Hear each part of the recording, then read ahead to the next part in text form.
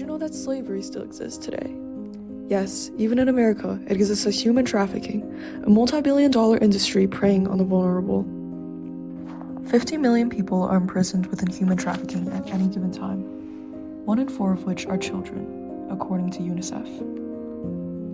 There are 2 main forms of human trafficking, one of which is sex trafficking. Oftentimes, traffickers will use psychological manipulation to exploit vulnerable people and coerce them into non-consensual commercial sex.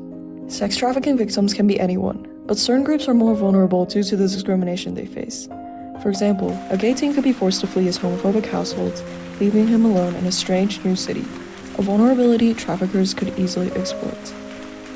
A monster disguised as a caring partner could approach him online and form a relationship. Due to this false sense of connection and belonging the boy may not have ever felt anywhere else, they would then agree to meet up in person. But once in person, the monster would shed his illusory skin, little by little. The victim would be manipulated into forfeiting his very own body to strangers, for the desperate longing for love. Or they would be promised money, but the money would never come.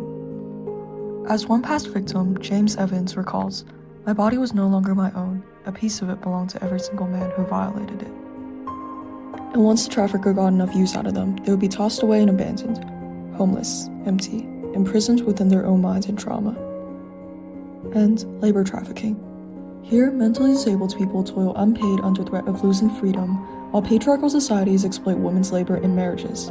Those with hopes and dreams of a new life in a new place are exploited mercilessly by the very people who promised them just that.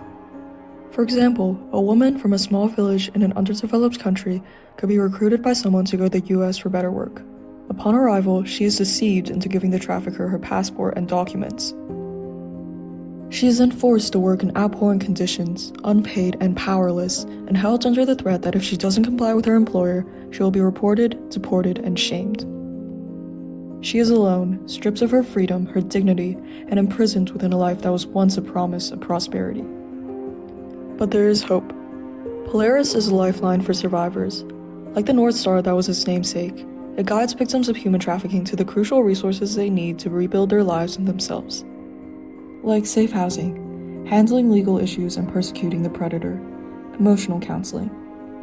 Polaris is what helps many victims reclaim their body, their mind, their lives. And isn't that what every human on this planet deserves, at the very least? That's why for P4A 2025, I decided to choose Polaris. Let's end modern slavery, together.